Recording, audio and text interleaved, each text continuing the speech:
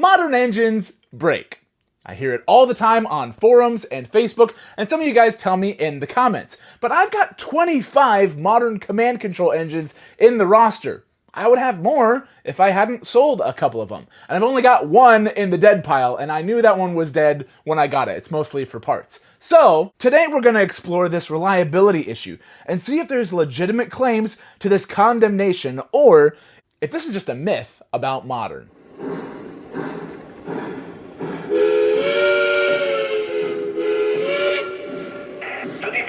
How's the lineup ahead? Over. Welcome to Datafied, glad you're here, and if you're new and you like what you see, hit that subscribe and the bell so that you don't miss what we're coming up with next, because we've got weekly content. Every Friday we're posting a full video like this, and shorts and all sorts of other fun stuff that we've been doing. So thanks for joining us, and glad that you're here, and thankful for your support.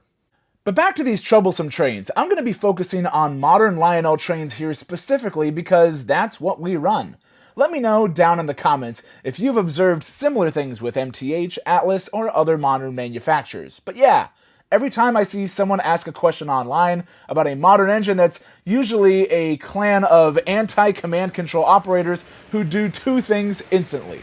First, they condemn the poster for even mentioning any sort of modern command control stuff. That's the problem. The problem is that you're using the wrong stuff right off the bat. And second, they don't answer the question that the original poster had in the first place. Now, this isn't everyone's response to the question, but if I were a betting man and I put a $1 wager for every negative comment that I saw when it came to a question about modern command control stuff, I'd probably have enough money in a week to buy a Vision Line Hudson.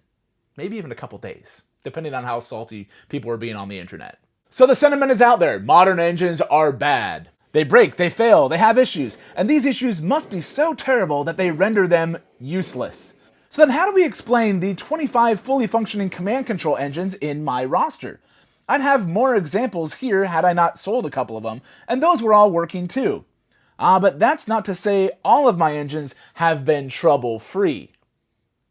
Welcome to our railroad, the appropriately named Secondhand Overland, because, as the name suggests, nearly all of my engines here are of the pre-loved variety. I've got, I think, 6 new command control engines. Everything else has been secondhand, whether online or at a train show or whatever.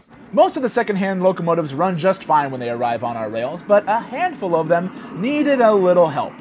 From something as routine as a traction tire to freshen up the batting in the smoke unit, or even just relubricating something, most just needed help in that arena. A few of them needed a little bit more, but as you can see, they're all still running. Oh, hi. Replace an R2LC board, unplug and plug back in the main power. I mean, that one kind of sounds like computer tech support 101. Did you unplug it and plug it back in? But to the naysayers' credit, some of the parts are quite literally impossible to find if you need it.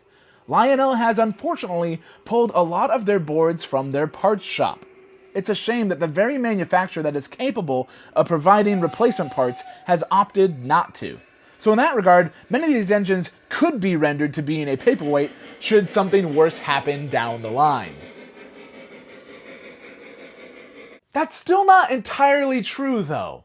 Thanks to the world of digital control systems, O-Gauge does still have a savior to get these engines to chug along in case of a complete failure. I'm talking, of course, about BluNami. This little purple board can hook up to track power through a bridge rectifier, and then the rest hook up to the sound, lights, motors, and everything else to get an engine moving again. I've actually done this once with a conventionally controlled right-of-way brass engine, so check out the Bull Moose videos if you haven't already. Turn the headlight on and off. Now, the trouble I'm going to have is the ground that I'm standing on to make a case for the fact that these engines aren't quite as bad as people make them out to be rests on two potentially shaky things. First, I have to assume that you guys are handy. And I think most people that have been in this hobby for a while would agree. If you're going to be into model trains, regardless of the scale or type, you've got to have a basic understanding of repairs. As the saying goes, if the women don't find you handsome, at least they'll find you handy.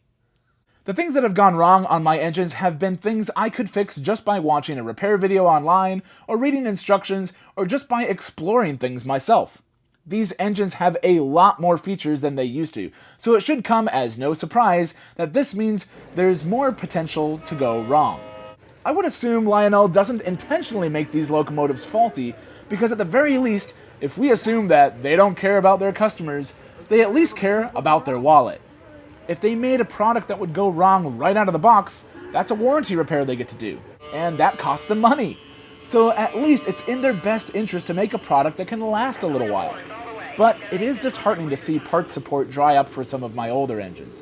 But I do seem to at least notice that some of these early 2000s engines that I have are bulletproof. They're the workhorses of the line. They're always the ones that I can rely on. Really anything from 2000 to like 2015, I seem to have really good luck with these engines. That's not to say they're perfect out of the box, but it doesn't take much to get these guys running. The second hurdle to get over is that this end-all be-all solution of BluNami being your final backup means that the owner of the engine needs to put about $200 to $250 in the bank on top of the locomotive that they've already purchased, waiting for the day their engine fails. And to make matters worse, they need to be knowledgeable enough to install that BluNami board in there, be prepared to use an app to control their engine for the rest of its life, and also lose any sort of conventional control that the engine might have had before. Nearly all of Lionel's locomotives can be used conventionally until the main board, or even then, that dies and it doesn't know what to do with track power. So yeah, kind of hanging on a lot of hopes and dreams there.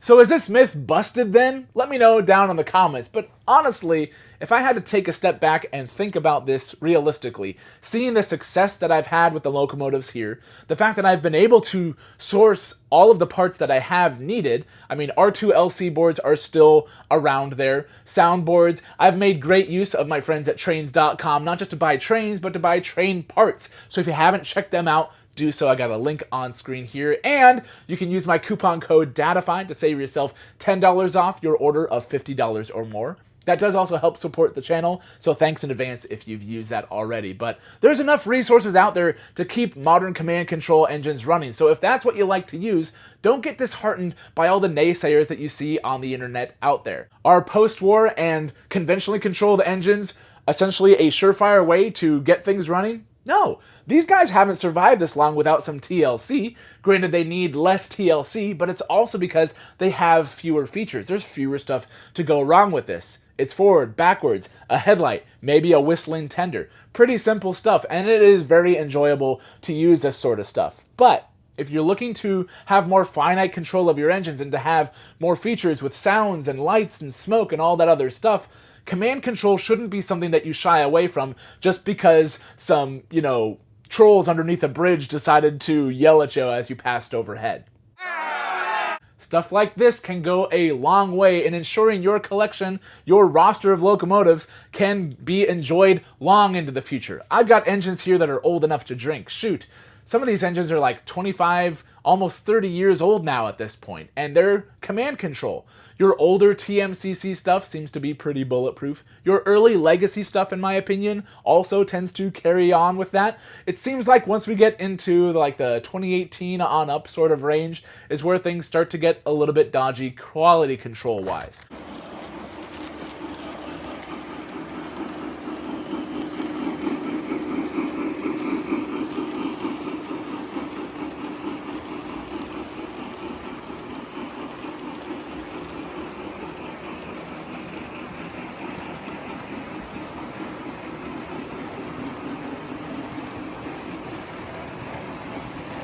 Mercifully, a lot of those issues are caught early on, so they're sent out to get warranty repairs and stuff like that, but it's still something that you need to watch out for when you're purchasing stuff, especially if you're purchasing stuff sight unseen. You only have photos and videos from the seller to go off of if you're buying things online. If you're buying things in person, please have a test track around, check stuff out, and make sure that you're not getting a bit of a brick to begin with.